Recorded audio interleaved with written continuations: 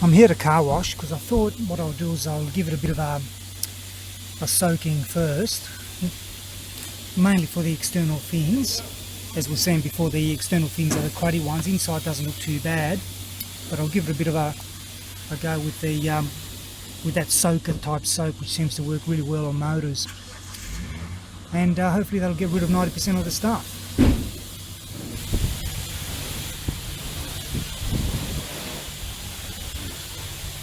Ready for soaking.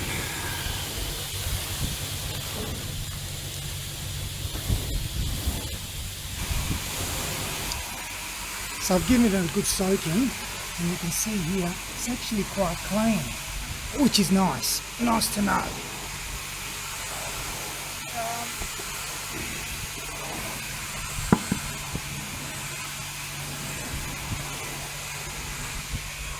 So that's good. I'm happy with that. And this will come out nice and clean as well. Clean these out.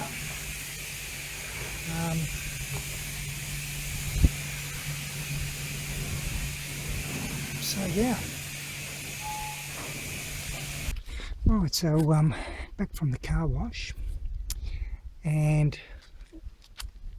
I'm probably going to have to just do a little bit extra work, but I think, and I don't know if we'll be able to capture this or not.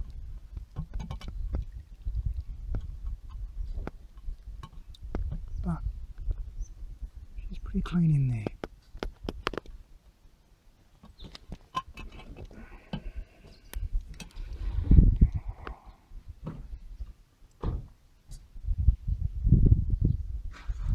All the fins are nice and clean. So yeah, happy with that.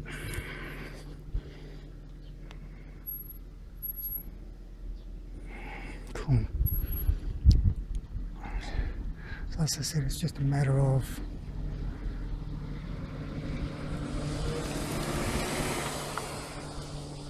finalising it a bit, but nice.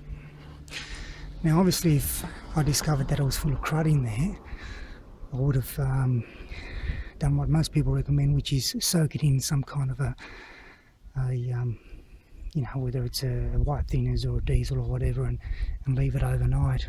But I'm quite happy with the results. So I'm just going to leave it to dry now and then reassemble. Okay, so I've given everything a bit of a clean. In this area, the fins around here, I've also loosened this up because that was being a bit of a pain trying to take it out. So probably recommend do that from the beginning, so you've got much more flexibility and able to remove the intercooler.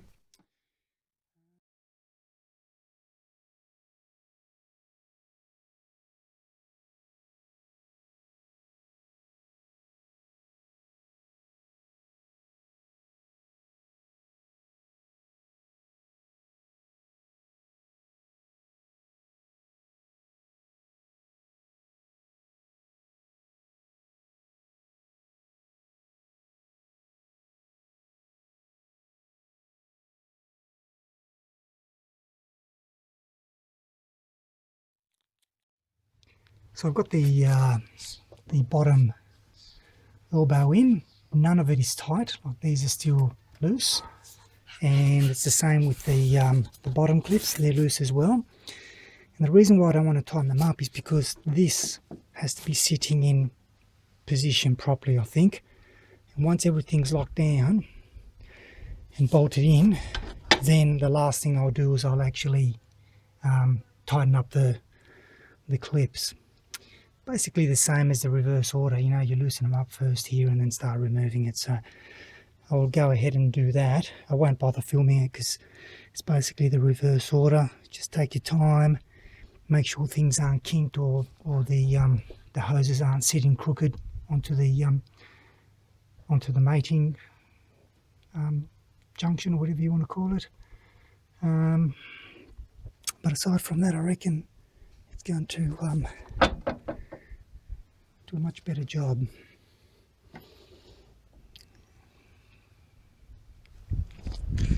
Well, I've got it all together now. Well, almost all together. So the bottom hose is all nice and clamped in. All this is back into position. Radiator, everything.